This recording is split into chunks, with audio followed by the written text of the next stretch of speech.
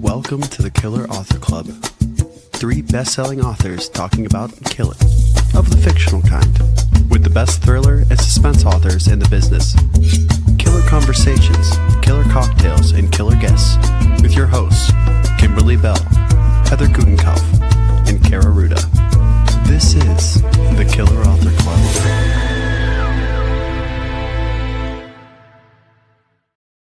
Welcome to the Killer Author Club, your favorite haunt where fictional murder is encouraged, alibis are optional, and the hemlock is always in bloom.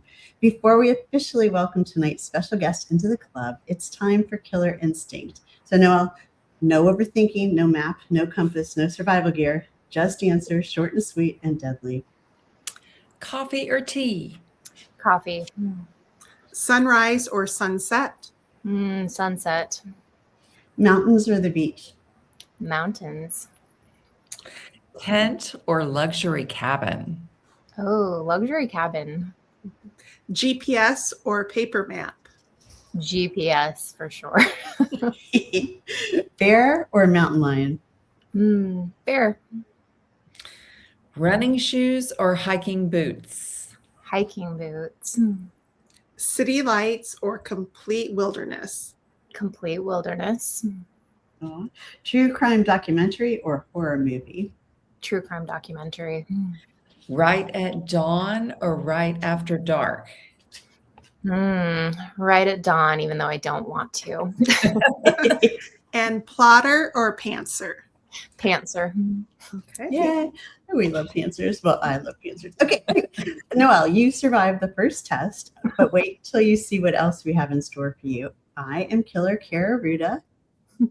I'm Killer Noelle Ihli. I'm Killer Kimberly Bell. And I'm Killer Heather Gutenkopf. Everything we mentioned tonight, from giveaways to bonus content to future guests, can be found at killerauthorclub.com or on our social media feeds. But before we get to killing, we have big news. Big news.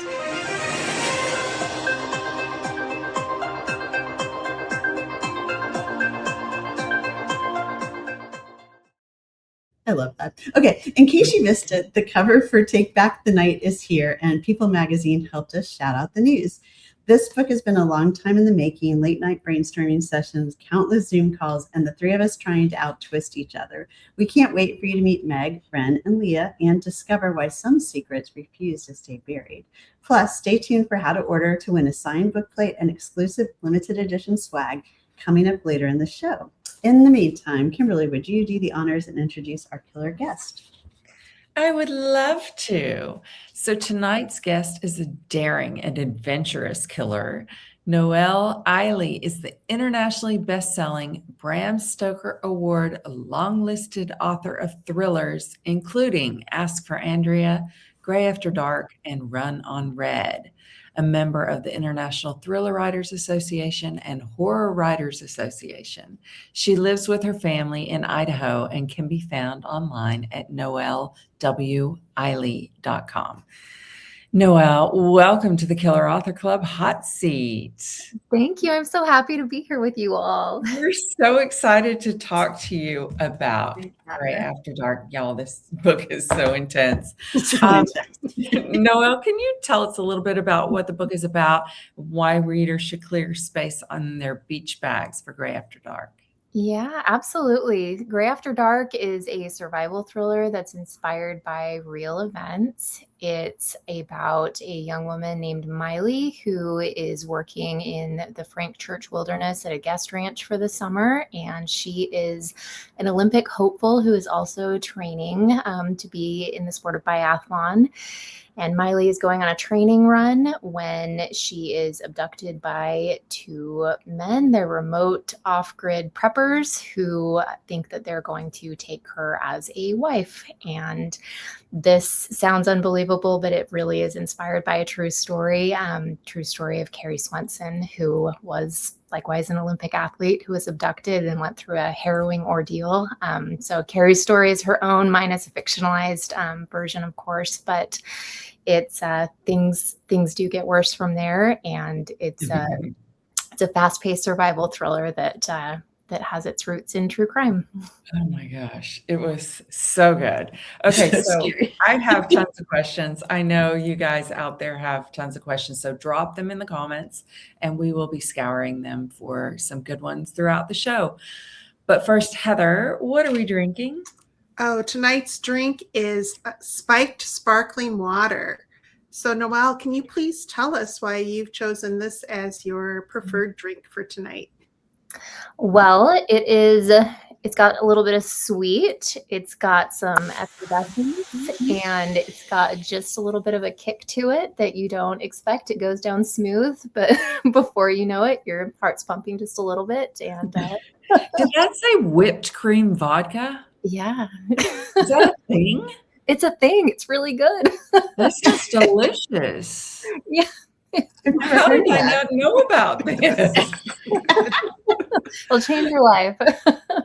You know what we're going to be drinking next time. The killers will all have their whipped cream vodka out. So, well, cheers to an amazing book and congratulations. And we have another congratulations for you because you released a new book just last week. Can you give us just a quick review of what that's about?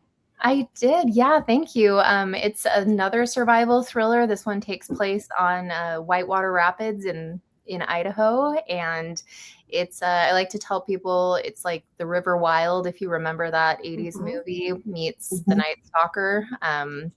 So it's got its roots in true crime too, thankfully a little less so than the book Gray After Dark. But yeah, another fast-paced survival thriller. And yeah, thank you for asking. Congrats. Yeah, congratulations. It's amazing. Okay, you guys, we created the Killer Author Club so readers could get up close and personal with their favorite thriller writers.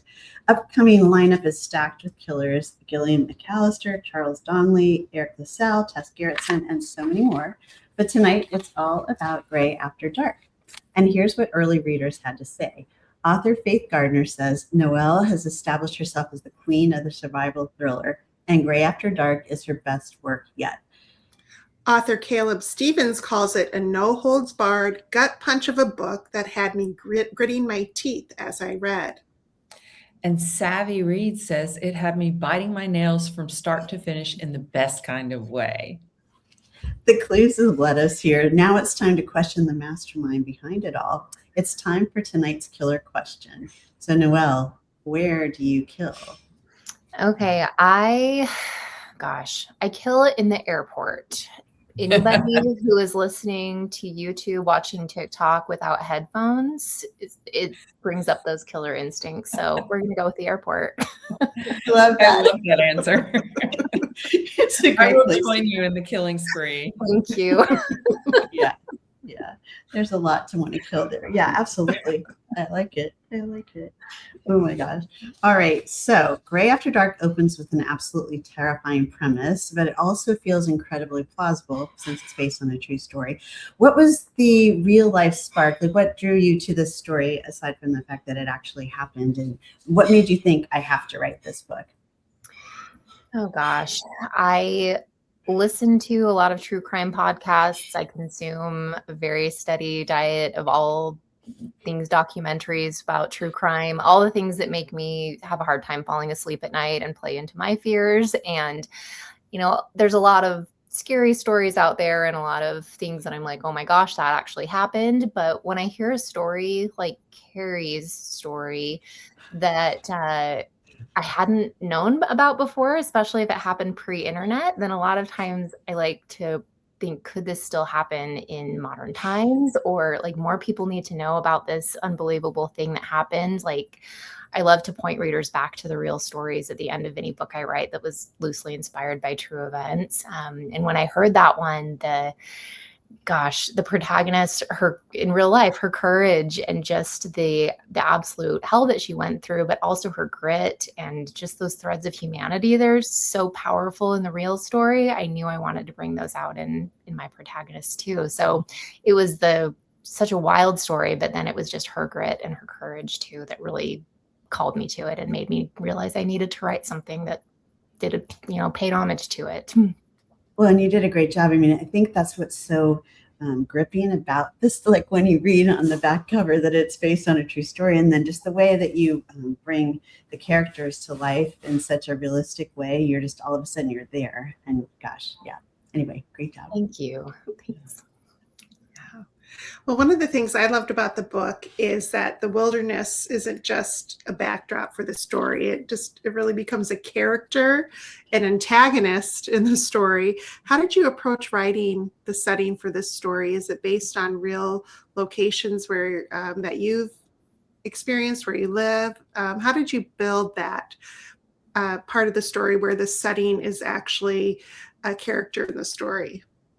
It's a great question. I take a lot of my stories and base them in Idaho because Idaho is so rich in different types of wilderness. And I have spent a lot of time camping and hiking and just being in the wilderness. And every time I'm there, you get that feeling of wonder, but also like this is its own type of not villain, but it's its own type of force to be reckoned with all by itself. So I have stocked up those memories and I pull them out every time I go camping and touch them and roll them around because it's just so humbling and scary to be in a place like the Frank Church Wilderness is where I chose to set this book in Idaho. That's a real place. And it's just vast and endless. And if you scream, nobody hears you. And it's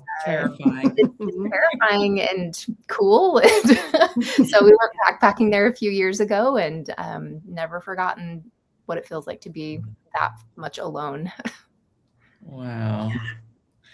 So Mary Fields Jackson asks, which true crime podcast do you enjoy?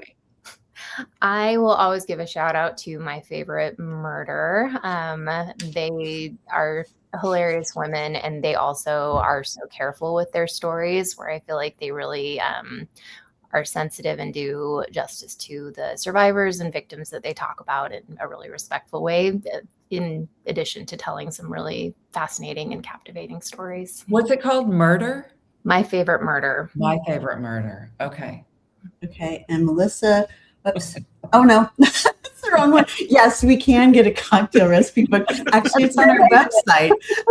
But if you go, you'll see all the cocktails. No, it's not on there anymore. I'm lying all the time. Okay, Melissa. We had it up for a really long time, but it was a lot of work to keep it up. But we will do a recipe book for the holidays. That'd be fun. There we go. Okay. We'll add it to our list. Yeah, like, yeah, we have plenty of time to do that. That sounds like a great idea. Okay, that wasn't the question I was trying to get to, though, actually. But there's so many questions. Oh, here it is. They roll by so quickly, it changes. What's your favorite place in Idaho? Ooh. I have so many. I have a real soft spot for Sun Valley. I love it there. It's gorgeous.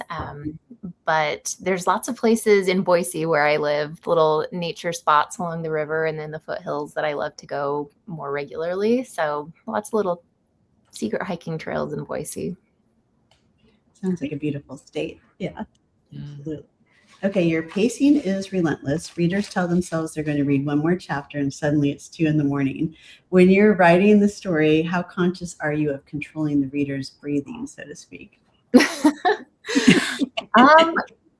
Gosh, pretty conscious. I am a pantser, so I tend to write by feel a lot. And I like to imagine myself on a roller coaster as I'm, going up the first hill and getting ready to start going down and down and down and up and through the loops. And so I think about the reader, but I'm mostly just feeling my own tension rise as I'm writing. So I'm kind of seeing it a little bit like a movie in my head while I'm writing all these scenes. Yeah. Oh my gosh. Well, it worked. I felt like I was on the roller coaster right there with you. That's great.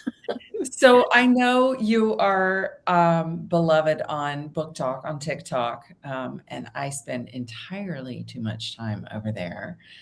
So when I got to this line, I kind of cackled out loud, and then I wondered, like, okay, did you start this trend maybe, or did you pick up this trend? Was this like a little wink to book talk? It says, I would have cried tears of joy to trade the past 2 days for a chance to face off with a bear instead of these two monsters.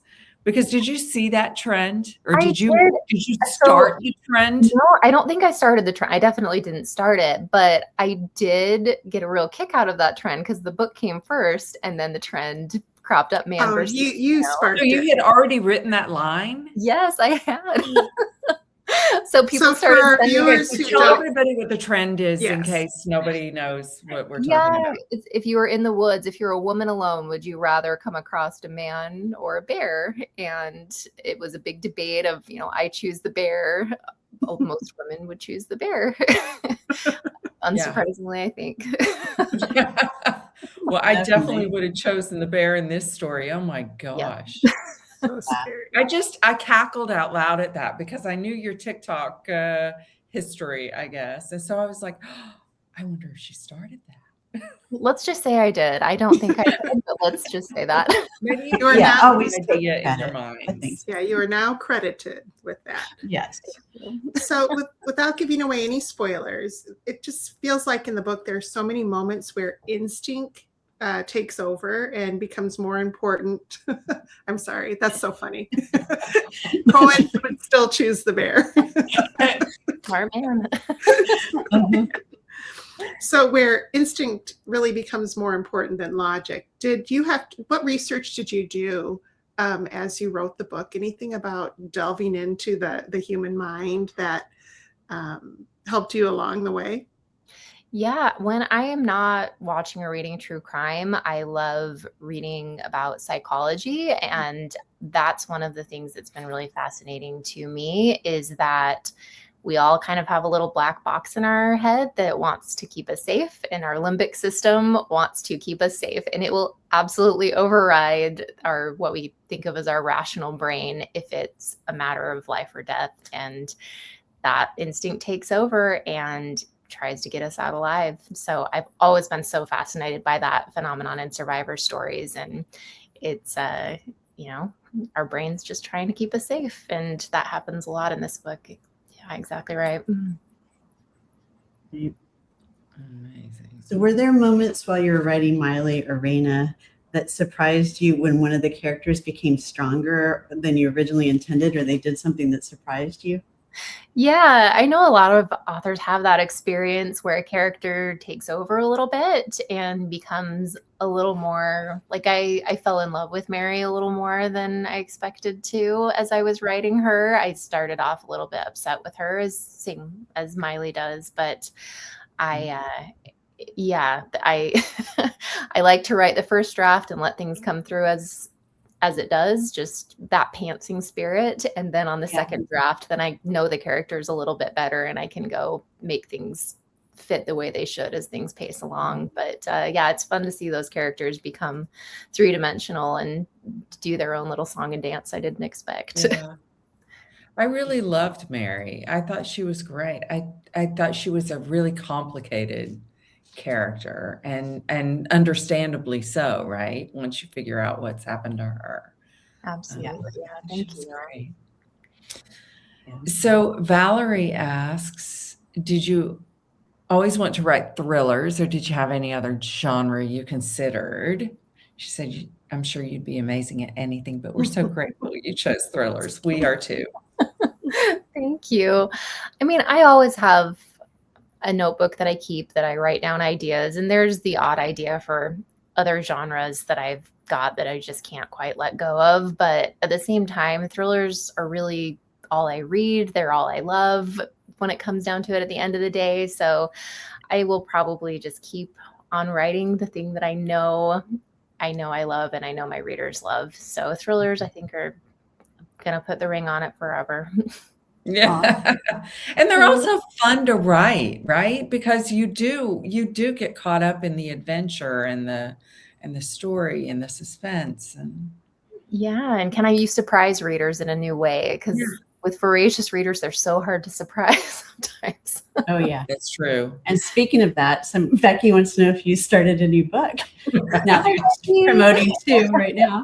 Yeah. Yes, I have. So I am in the middle of edits on my 2027 release. It hasn't been announced yet. And then I'm partway through the initial draft of my 2028 release. So I can't say much about those quite yet, but there will be an announcement and cover reveals soon for my 2027. Exciting. So you're about a book a year.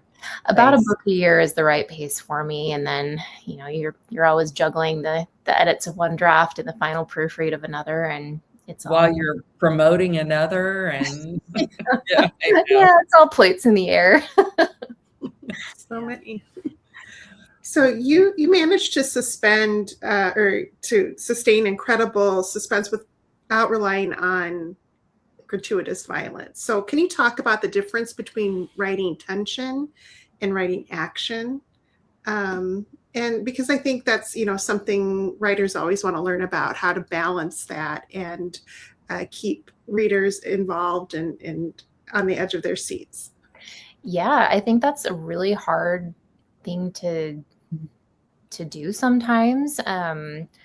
I think that listening to podcasts like My Favorite Murder and with people who are really respectful of those stories has helped me get a good sense of when something feels like, ugh, like I didn't need to know that.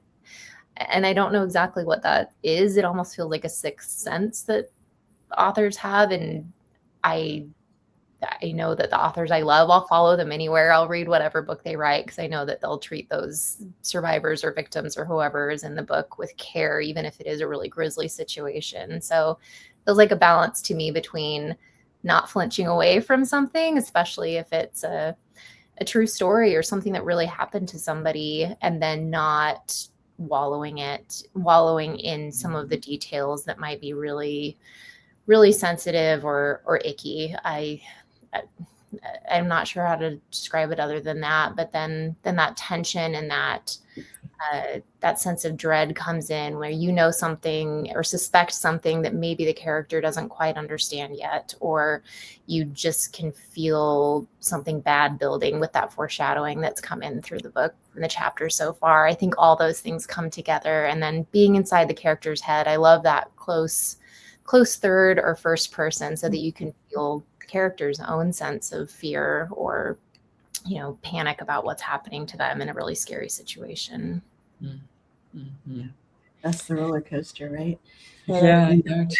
Yeah. So I'm seeing a bunch of questions fly by about, are you touring, and do you have any plans to go on tour anytime soon for any books? And if so, where can readers find out where you're going to be? So some more of that. I hate to be giving these like half answers, but some of that is TBD. I started out as an indie author, and I've been collaborating more with some of my incredible publishing partners and publishers, and so I'm working with them to nail down next year's schedule. This year I'll be at Killer Nashville in August, and that conference is for mostly aspiring thriller authors. So I may see some of you there if you're listening and are want to write thrillers. And then I was just at the Big Ohio Book Con in Ohio, and it was lovely to meet some readers there. So just Killer Nashville is my for this year travel plan. Awesome. Well, I think everybody will be waiting for more next year. Right. Follow me on social, and I'll announce whenever something is in the works. Okay, great. Right. All right. So Noelle is giving away 3 copies of Gray After Dark, deluxe limited edition trade paperback to lucky US viewers. For a chance to win, answer this question.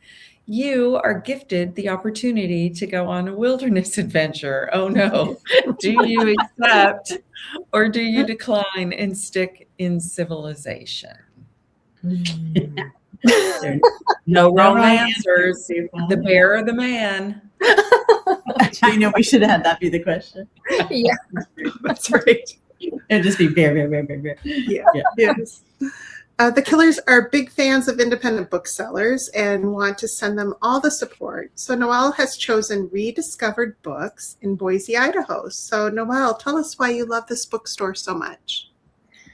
I am, maybe it's because I'm a pantser and kind of feel my way through things, but I love vibe, and Rediscover just has a great vibe. They're next to a cool little art gallery, so you can go book shopping and you can look for like a fun, interesting piece of art by local artists, and the people that work there are just so kind and friendly and have great recommendations. So they are wonderful, and they're here in Boise, and yeah, absolutely love them.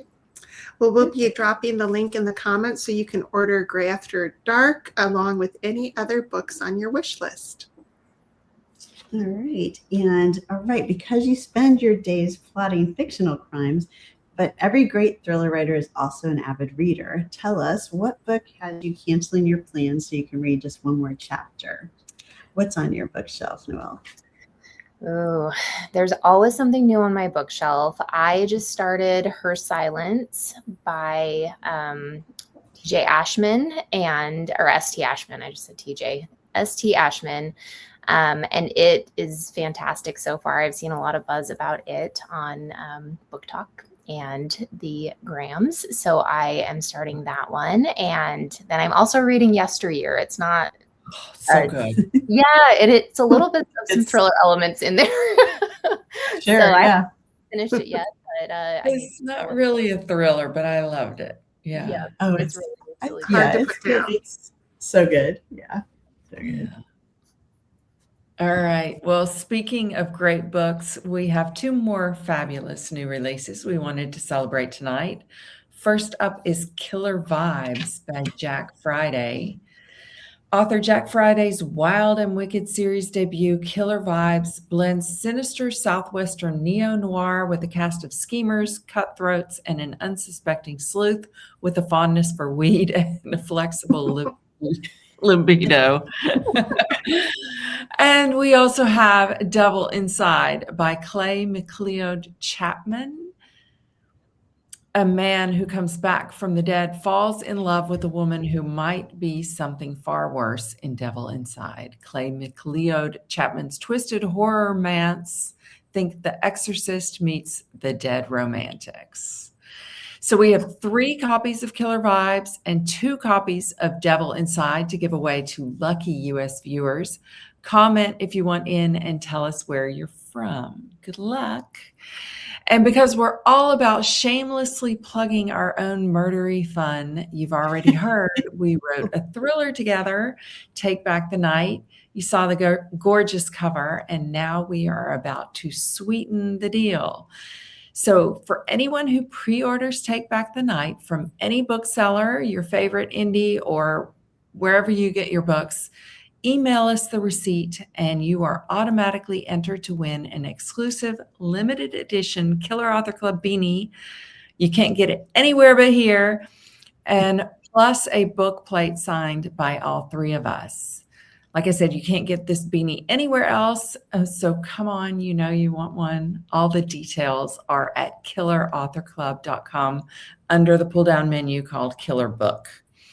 And while we're here, we also want to make sure to say a big killer thanks to Book Reporter for sharing the murdery love. Stay up to date on bookish news and events at bookreporter.com. And Noelle, we have some very good news for you. You have survived the Killer Author Club. Congratulations. Thank you. All right. And can you tell readers where the best place to find you would be? Yeah, you can find me on Instagram or TikTok or Facebook, Noelle Ihli Author. I think I'm the only person in the world with that name. So if you find that person, that's me. There you go. That's kind of lucky. I have that thing with Kara Ruda too. There's not a lot of us, so it all works out. Okay. So that's a wrap on tonight's episode. Thanks for hanging out with us, you guys, and thanks for all the great questions. Tonight's show drops Friday as a podcast with bonus content you haven't heard yet. So find all the links at killerauthorclub.com and sign up for our newsletter so you're the first to hear all of our killer breaking news. We'll be back next week with a special bonus episode featuring Gillian McAllister and Caller Unknown. for podcasts, bonus content, merchandise, upcoming guests, and all things about Take Back the Night, because we can't say that enough. Okay. This is killerauthorclub.com. In the meantime, trust no one. Question everything. And keep turning pages. Good night, everybody. Thanks for being here. Thanks, Noelle. Night. Thank you. That does it for tonight's show. Thank you for tuning in. If you'd like to catch our next show live, we're every other Tuesday night on Facebook, Instagram, and YouTube. For times, upcoming schedule, and to catch up on past episodes, visit us at killerauthorclub.com. Happy reading. Now get on out there and kill that TBR.